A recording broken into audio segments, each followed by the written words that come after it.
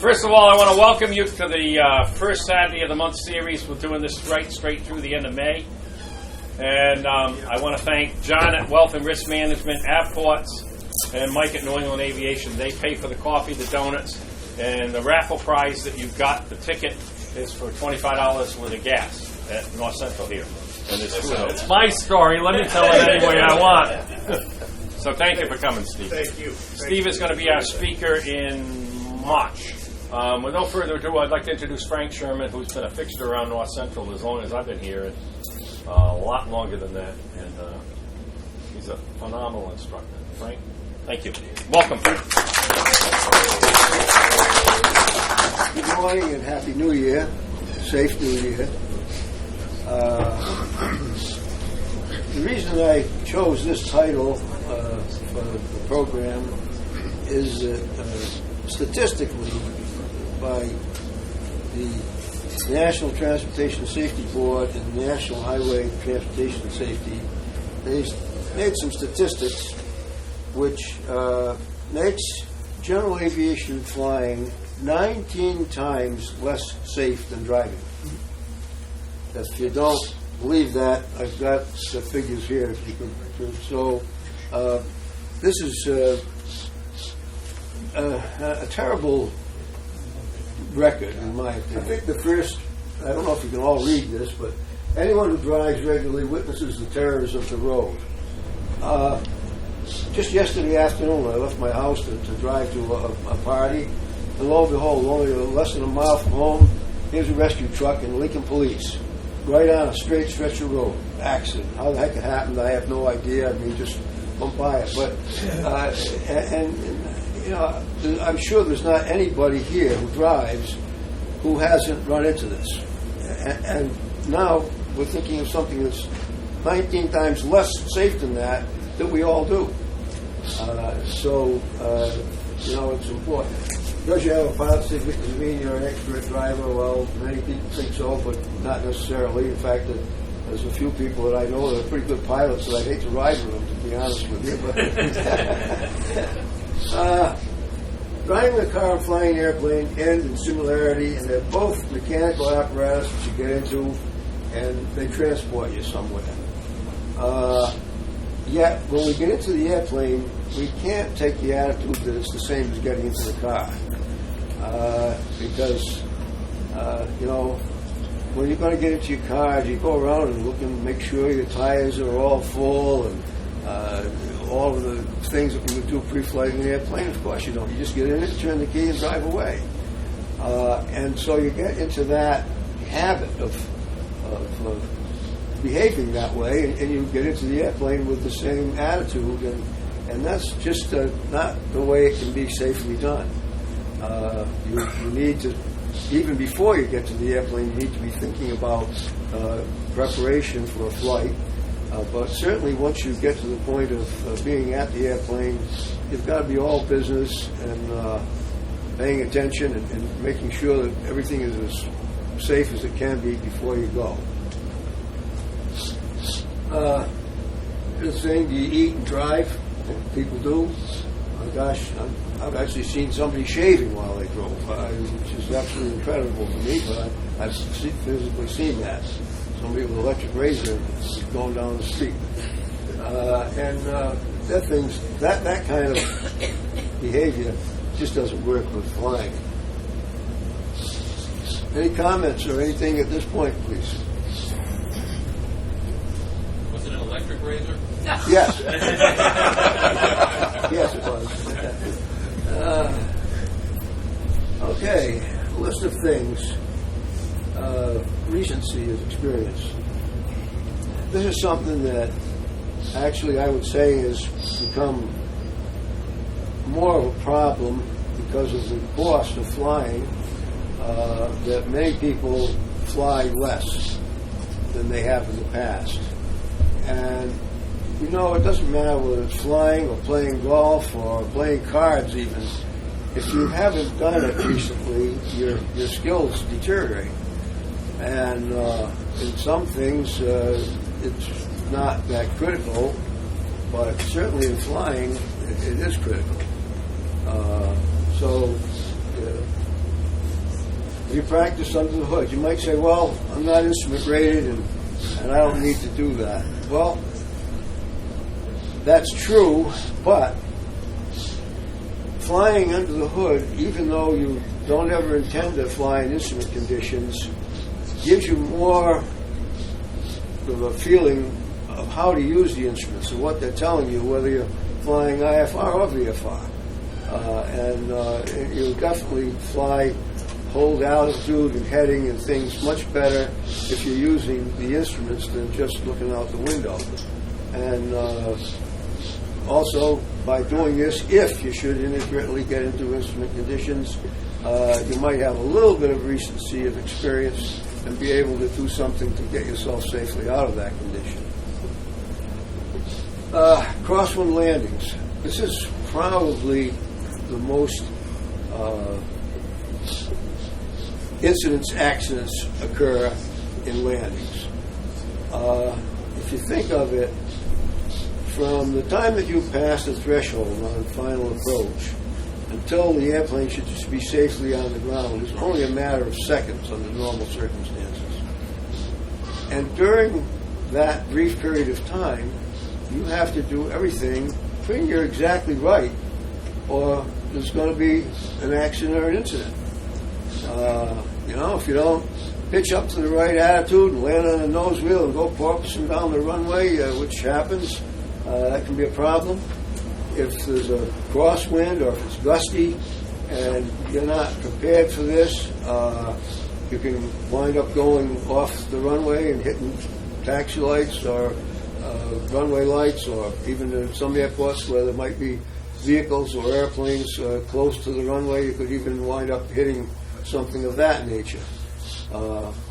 It's an area that I try as an instructor to really put quite a bit of emphasis on, because it is an area where many accidents happen. Short and soft landings. Okay, you're flying here out of North Central in any light single-engine general aviation airplane, or even a twin for that matter. We got all kinds of runway, both length and width. Most of the time, because of having two runways, we can have a fairly favorable situation with the wind. But now we decide to go to some other place. Let's say we'll go to Goodspeed down near the Connecticut River. Well, there's one runway, and there's a bridge, like more or less to the north, I think it is, of it. And there used to be a lot of trees to the south, but they got rid of some of those. But, it's a narrow runway. And the only good thing about it is that it's practically at sea level, so you have a fairly good thing that regardless of temperature and that, your density altitude is not going to be too much of a problem. But before going there, when's the last time you landed on a narrow, short runway? You got to really be thinking about it. And when you're landing here, if you take the attitude, as I observe some pilots do, I don't have to land on the center line. There's plenty of room. I can land on, 10 feet left or right of it. Well, a lot of runways you land 10 feet left or right of it, you're not on the runway. So you really need to be paying attention and landing, where you want to land in a proper attitude and speed. Emergency procedures. Okay, you're on a cross country, you have an engine failure. You should have it pretty well in your mind. If that happens, you don't have time to be taking out a paper checklist and checking this. You need to have fixed in your mind the order of business. And of course, always, the very, very first thing is fly the airplane. And now, once you've got the airplane trimmed, let's say, for appropriate cloud speed, you need to look around and see where perhaps I might go. And then, depending on how much altitude and time you have, you should be thinking of trying to find out, why did this engine quit? Did I just fail to switch tanks and run out of gas? Or is there something wrong with one of the magnetos or the other that you might check. Try your electric fuel pump, switch tanks, whatever for your particular airplane are appropriate procedures to try to get the engine restarted. Then, if you have passengers and you have been unable to start the engine, you want to be preparing them for the fact that this is not going to be a normal landing, and eyeglasses off, sharp objects out of pockets, at a point relatively close to the place where you intend to land. Doors open so that they won't get jammed. If there's a physical damage to the airplane, it might make it impossible for you to get out, or at least very difficult. There's just a whole bunch of things. There again, short final, turning off the fuel, turning off the electricity. If you don't have this fixed in your mind, when the time comes, and let's face it, when this happens, are you going to be in a normal mental state? Is anybody here going to be in a normal mental state if the engine quits?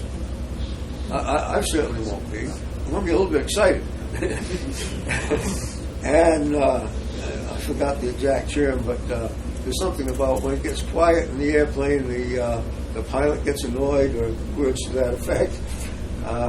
But anyway, these are things that I think many pilots, we go along, and I'm as guilty probably as anybody of becoming complacent. And this complacency thing is the thing that can get you into a lot of trouble. You've got to remain on the ball and alert, and fly the airplane. And if then you have time, perhaps high altitude enough, you might communicate with ATC or 121.5, and at least let somebody know, where you are, and so that if you do get into a serious accident, there'll be somebody to help you. That goes along with the passenger briefing there, pretty much. When you participate in any activity, how often do you spend time doing it has direct impact on how proficient. And there's something. We talk about currency, and legal currency is so many hours in such a period of time. But proficiency can be a very, very different thing. And this is an individual thing, depending on how much experience a person has, how familiar they are with the aircraft that they're flying. But just being legally current is not being proficient. And so you've got to be thinking proficiency and not just currency. I guess I got ahead of myself a little bit, but need to know the rules as to what you must have done in what periods of time for yourself to be at least legally current. These figures, I don't know if you can all read them, but 4.5 hours a year, how proficient are you going to be? It's just not very. This gets back to what I started at the beginning. Gas prices rise and the economy is not so good. We don't fly as much.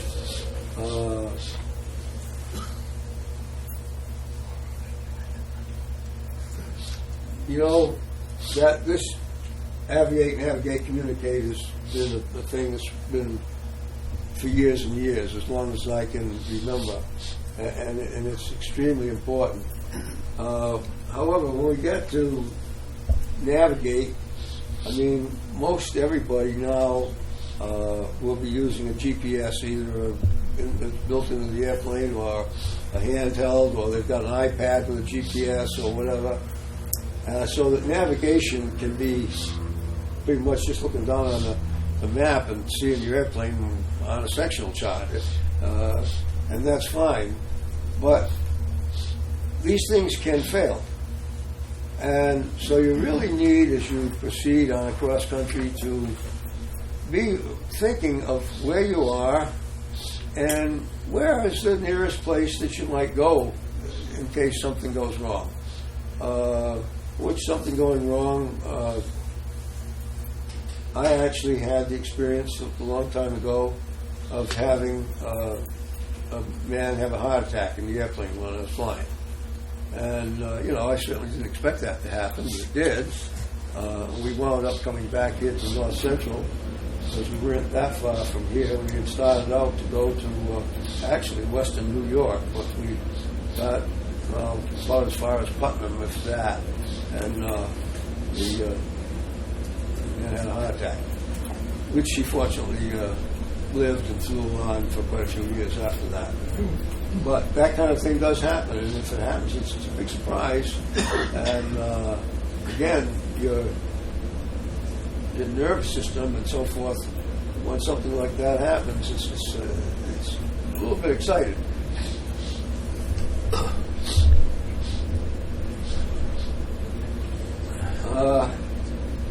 For an awful lot of people, the only instruction, if you will, that they get, or critique of their skills and ability, is every 2 years when they do a flight review, which can be done with as little as an hour of flying and an hour of ground school. It is dependent upon the instructor. You can't fail a flight review, but the instructor who's giving it can just sign it off as dual and not sign it as a flight review if he or she doesn't feel that you make the grade. But by comparison, we who have this terrible safety record think of the astonishing safety record of the airlines. I mean, it's absolutely incredible how far, and part of this, the event of the jet engine has been a big thing because they're much more dependable than reciprocating engines are. And so they don't have too many emergencies. But they do have them. I mean, like before last, there was a plane that landed at Providence with a bad smell in the cabin. I don't know if they found out yet what did it, but I mean, they do have emergencies. And yet, this airplane landed and everybody was safe. Because once they realized there was a problem, they diverted, and that's what they needed to do. But the pilots that are flying those airplanes are under constant surveillance, really. And at the very least, say every 6 months, in a sense, they're checked on. And they're flying all the time. And so their safety record, and then they have the backup of people that can assess the weather conditions, whether they should go or not go. And of course, it's virtually all on instrument flight plans, so they've got the help of ATC for all of what they do. Yet, think for a minute of what that was 747 that crashed in California a year or so ago, was a fire in the airline. I mean, that was a case where something really went wrong. That doesn't that often with the commercial aviation people. But we have things, crashes, and let's just review that for 1 second. Approximately 70% of the general aviation accidents are pilot error. They're not mechanical failure or something like that. They're pilot error. And so we as pilots have to be, making sure that we're really up to the thing that we're proposing to do.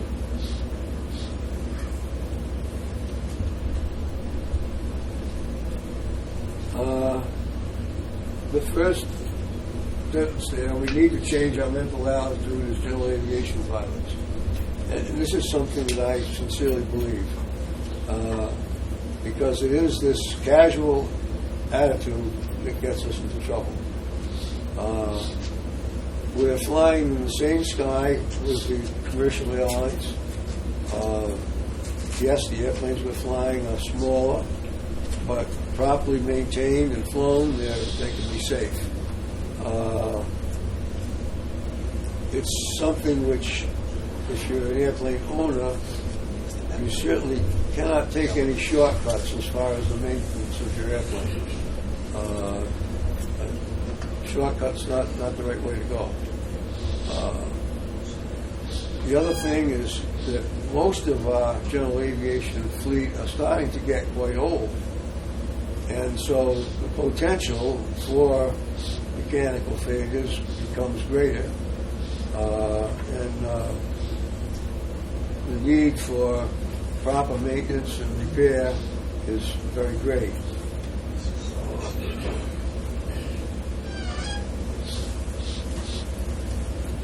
Can I get any kind of comments, please? Yes. With reference to what you started with about like flying more, Right. and then taking your time when you're flying to Right. practice some maneuvers, Right. even just the basic ones. But there are a lot of people out there that I know, because of their lifestyle, they're very, very busy people, Yeah, that's and they don't have a lot of time, sometimes weeks before they're able to fly. Now, these people, when they're able to fly, or they get time, they're happy, they want to get in there, they want to fly. They're not going to think about, I should practice stalls or turns or stuff like that, because it's such limited time. And I can see both sides of the story, what do you do in a case like that? well. I mean, we all know people like that. Yeah, you know what? I would say this. I commend all of you that are here, because you are here and you're really interested in safety, or you wouldn't be here. There's quite a few people who should be here who are not. That's about the best answer that I can give to you for that. Yes. Frank, I'd like to expound on one thing that you said very eloquently, by the way. Currency and proficiency. Right. As we all know, just for takeoff and landings, they carry passages every 90 days and nighttime, et cetera, et cetera, et cetera, and especially instrument flying. In 6 months, you do your 6 approaches, you track an airway, and you do a hold. If say for instance, I got my instrument rating December 1st, and I didn't fly instruments or even practice or anything for 89 days, or 5 months and 29 days, I'm still current. Yeah. But am I proficient? Not very likely. That's the thing is I don't realize the FAA asks you, mandates that you have certain currencies, but the thing is that you find that people, the pilots, I'm current, but am I proficient? And all of a sudden you go IFR, the weather's a lot less than what it's forecast to be. Imagine that. But or we have a holding pattern, or they tell us to hold that in this. Can we do that? We're still current, but are we proficient? It's yes. It's our favourite excuse to bitch about fuel prices, but they are down. Yeah. And based on fuel sales in Rhode Island, and someone else who's at that meeting, please correct me, but I think GA in Rhode Island in 2015 was up 20% activity. That may be because fuel prices are down.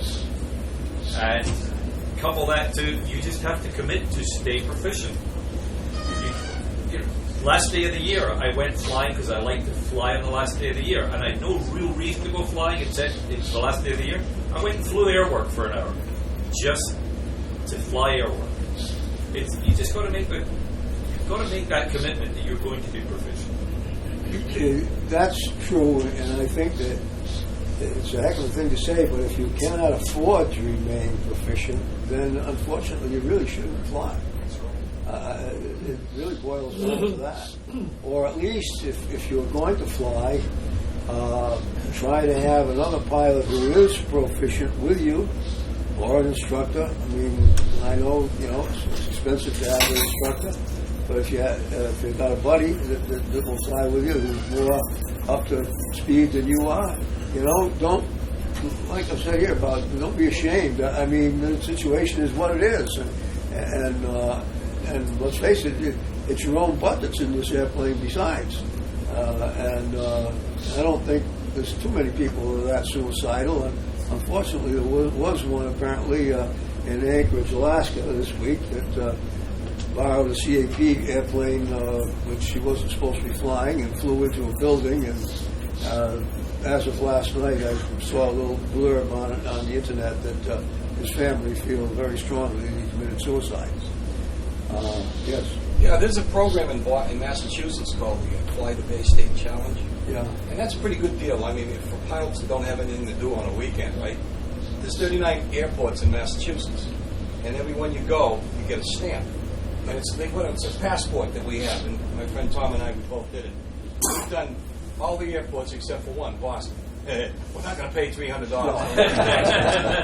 But that's something to think about. If you're sitting around and say, geez, where can I go or what can I do? There's a lot of beautiful airports out there that are just dying for people to land in. Yeah. And you get there and you get a stamp, and it's kind of a fun thing to do. Yeah. But we've been doing that, and it keeps us current. I hadn't heard of that program, but that sounds like a real good thing. Frank, I have a question. Yes. With the advent of all of these smartphones and everything, it's made driving on the road much more dangerous. Accident rates have gone up.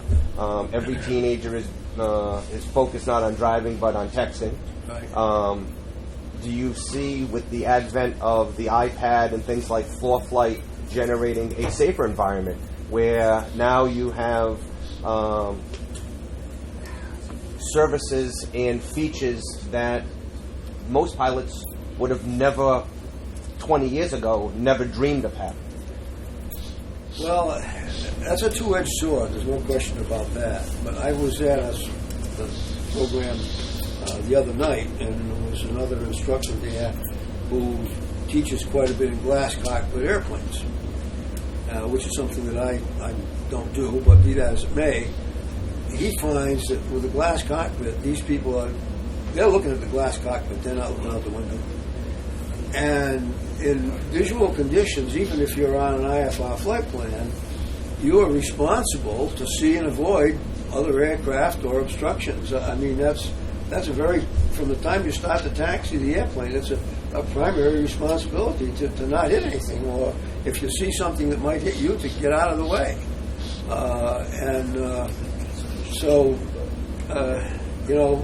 Yeah, it's nice. You can look at these things, and as I said, you're looking at a sectional shot or perhaps a low altitude and route shot, and there's the airplane flying along on it, and so you know exactly where you are, and it's great. But you can't be just staring at that thing, because there are, the airspace is very big and we're very small, so we get the attitude that the fact that we might collide is not very likely. And actually, en route, it's not too likely. But when you get near airports, or when you get near VORs, or any checkpoint that's used for reference, the potential for there to be other airplanes in the sky very close to you gets pretty great, and you need to be watching for it. I know I don't do any instrument instructing anymore, but back when I was doing it a lot, I would find myself sometimes realizing that I've been concentrating on the instruments and on what this student was doing for too long. I haven't looked out of the airplane, and I would kind of kick myself in the butt and say, you got to divide your attention more. Fortunately, nothing. I never had a problem, but it's very, very easy to not be watching for other traffic. And I say watching. One of my favorite things is communication. Using the CTAF if you're at non-towered airports. And if you're dealing with ATC and you're getting flight advisories or flight following, listen. It really, every once in a while, I'm maybe with a student on a cross country and we're getting flight following. And air traffic control, somebody else has got flight following. And so you hear the controller call traffic to this airplane, no response. So he or she makes another call, no response. And Now, this is a pilot who has requested this help. If you're going to request it, for God's sake, have your ears open, and when they speak to you, respond. And then, if they give you a heading change or something, make the heading change. That's what it's all about. Now, on the other side of the coin of that service is directly connected with how busy the controller is. And the priority for them giving us instructions or help with safety like that is low. So if they're busy doing something else, they may not call traffic to you, even though it's relatively close. I know that I've been in airplanes that have a traffic collision avoidance feature in them, and the collision avoidance feature is warning us that there's an aircraft nearby, but we were getting flight following, and we haven't heard anything from ATC. It means that person, was too busy. They were dealing with, a lot of times these air traffic controllers are dealing with at least 2 frequencies, maybe even 3, I think sometimes. How they do it is beyond my comprehension, to be honest with you. But they're busy, and they're going to help you if they've got the time.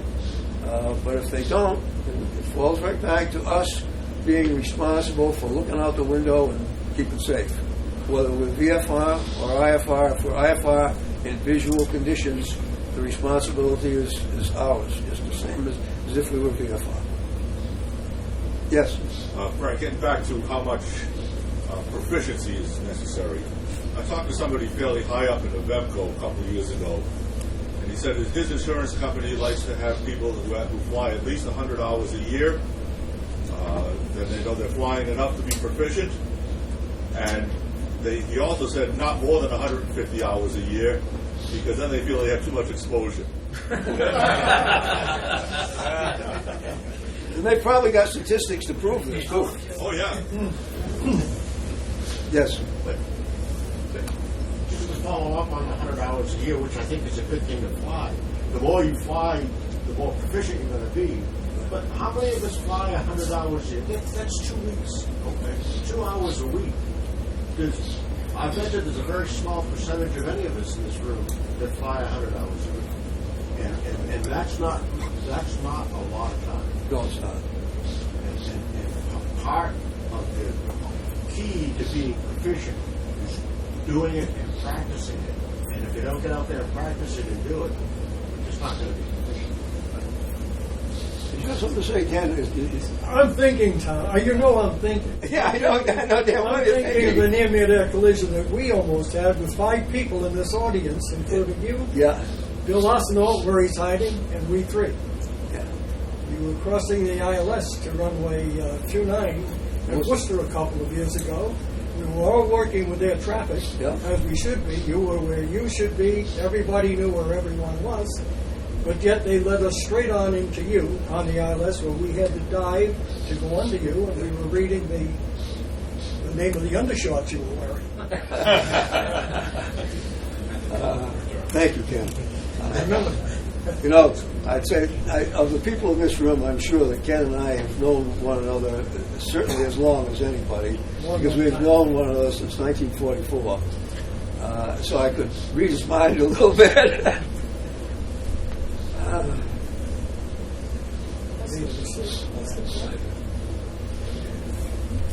Flying clubs are a way of flying for less expense.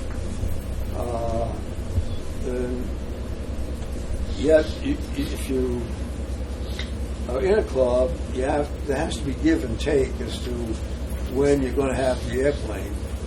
But a good club properly run with people having the right attitude is a way of flying for less expense. I just throw that out to anybody that's thinking about it. Been a couple of flying clubs here at the airport, and members kind of came and went. In particular, one I'm thinking of, I happened to teach a couple of people to fly that were in the club and using the club airplane to teach them. And they wound up getting their private, and then one man in particular that I remember, and there may have been others, wound up buying his own airplane once he got the rating. And he's going on, I think he's on his 3rd airplane now, which is a Cirrus. So it is something to think about. If the expense of flying is one of the things that's keeping you from doing it, that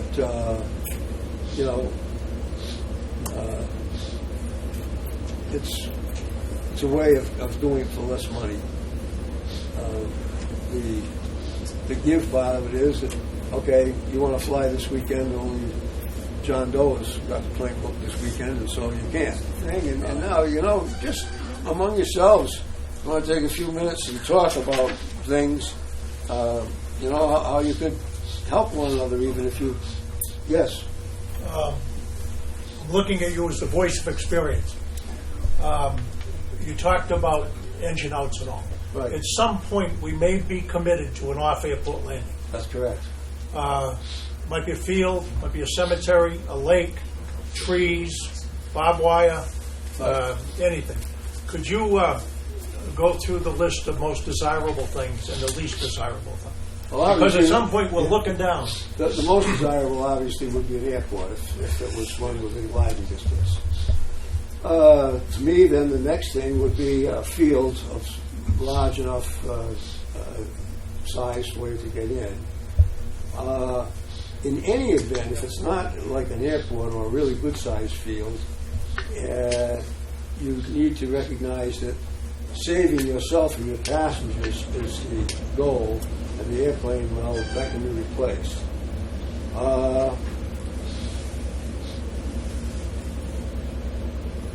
There are often successful off-airport landings on roads, on highways.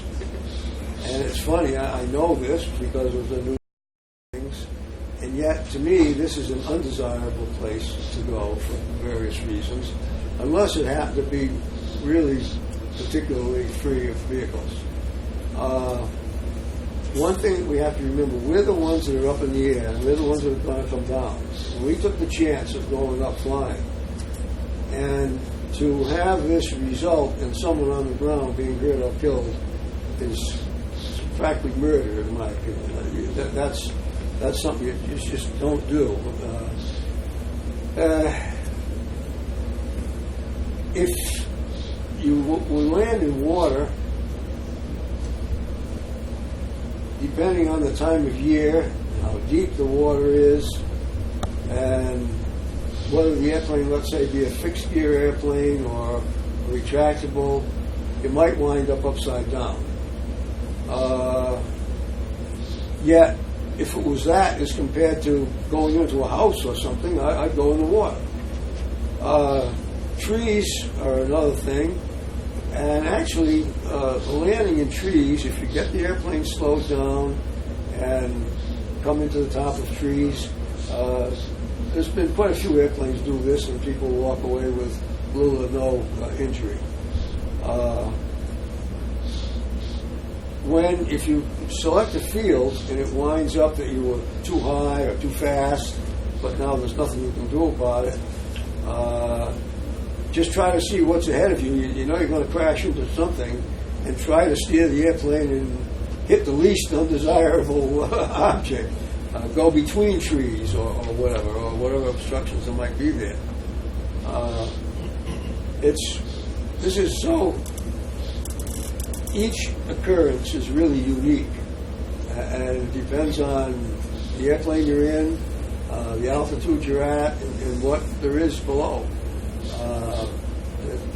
You just got to, fly the airplane, and when you do touch down, try to be having your ground speed as slow as possible, but don't slow the airplane.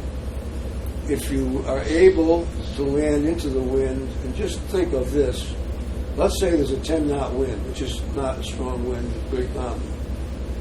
If you land downwind, you'll really be going 20 knots faster than you would if you landed upwind.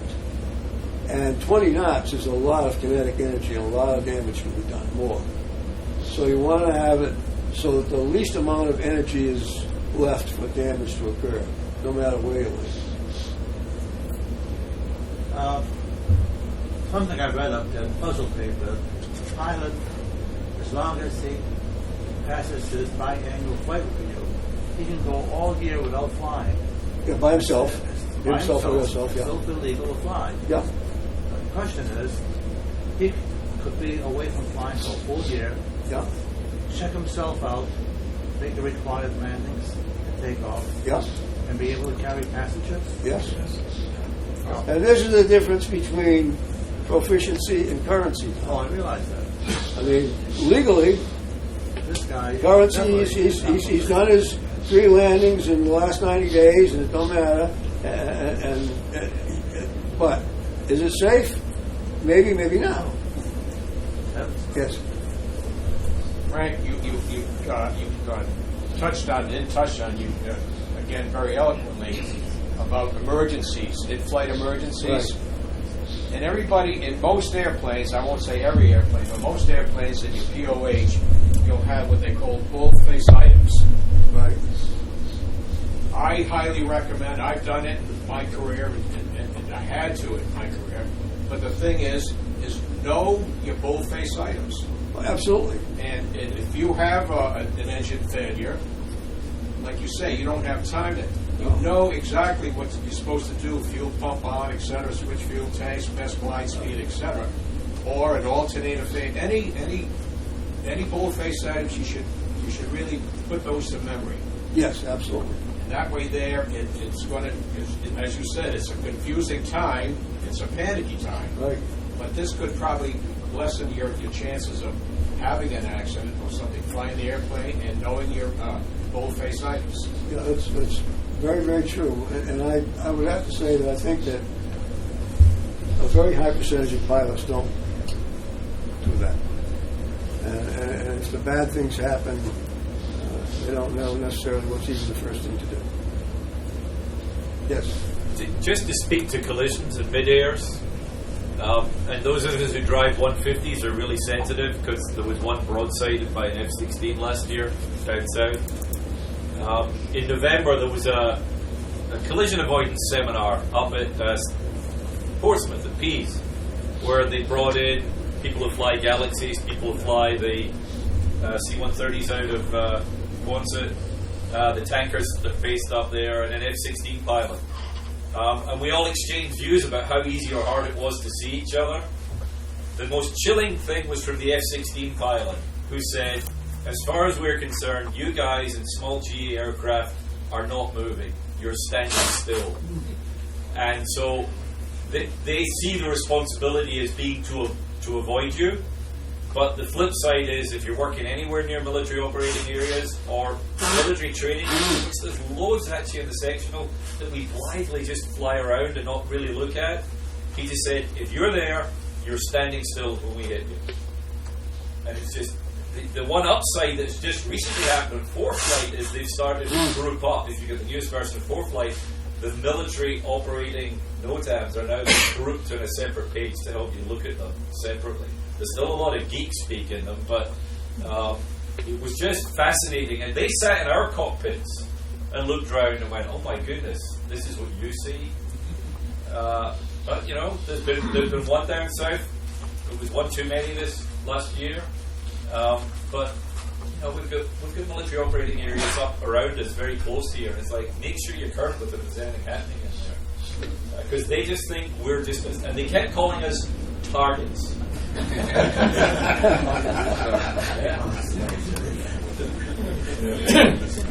Right. Yes. When I went through my training for my private, everything was simulated. Simulated short field, simulated soft field. Why don't we actually do real conditions? Well, that gets most of the time to a matter of money, I'd have to say. And also, many flight schools don't like the idea of their airplanes being flown into and out of grass fields with short runways because there is a hazard. And, you know, they just don't want it. They want you to land on paved runways. And generally speaking, if it's a paved runway, unless it's a small private field somewhere, you're going to have at least a couple of thousand feet of runway, maybe 1,800 feet. So that if you're at all proficient, you know, you've got more than adequate runway for most general aviation light single engine airplanes. I mean, as an instructor, is this something I don't go. I mean, I learned to fly at a grass field, so some of the best flight experiences I've had have been grass field, snow, ice. We teach the people here, and let's say it's a short field runway. Okay, get as close to the threshold as you can for your start, and try to observe how long of the runway, how much runway you use to get off, and so that they're aware, of the capability or lack thereof of the airplane. So it is a matter of we could fly down to Rikon or somewhere. Now that's another thing. A lot of these airports are grass and short. They don't want you there either. You got to make sure that you got permission to go there. Something else that I believe everyone should be aware of. When I fly, I routinely call flight service or approach for advisories or flight following. We become very aware that they call off traffic to us well in advance. We were flying recently at proper altitude using the service, and suddenly, I mean very suddenly, we were shocked to see a glider right in our path. And Ken was with me, and he immediately called us to advise them and says, we never saw him. Glider does not reflect. He may not have a transponder. He may have no electrical system and have no transponder. Oh, that's true too. And so in some cases radar can pick up the primary image, and sometimes it can't. Well, what I'm getting at is don't be over complacent. Oh, no, you can't. Back there. Frank, can you expound on the new dangers, that being lasers and drones? Well, of course, this thing with lasers has been going on, and one person or a person was affected by this on an approach to landing into LaGuardia. And you see it in the news, it happens. It's hard for me to understand the callousness of the people that do this. And of course, it's extremely difficult to catch these people. One was caught fairly recently. They shone the light at a news helicopter. And apparently there was relatively close proximity a police helicopter, and they were in fact able to apprehend the person that did it. But that's a rare occurrence. Can you say that ban all lasers? Nobody can have a laser? Well, no, you can't do that. The thing with drones, well, now the FAA has come out and you have to register to fly a drone and your aircraft, and it's not just a drone, but like model aircraft, radio-controlled model aircraft. You've got to have an FAA license to operate. And on the license, it gives you, at least generally speaking, how high can you fly, what areas, like airports, that you can't be further than, I think it's 5 miles from an airport to fly these things. I don't know exactly all of the details, but there again, I mean, this morning's news, I forget where it was, but here in the United States, an airliner came close to a drone at 800 feet in the sky. Boston, yesterday. Boston. Yeah. What possesses somebody to do this, I have no idea. I mean, this is potentially a very, very hazardous thing. Any more questions for Frank? Let's give Frank a big hand. Hey. I don't leave you.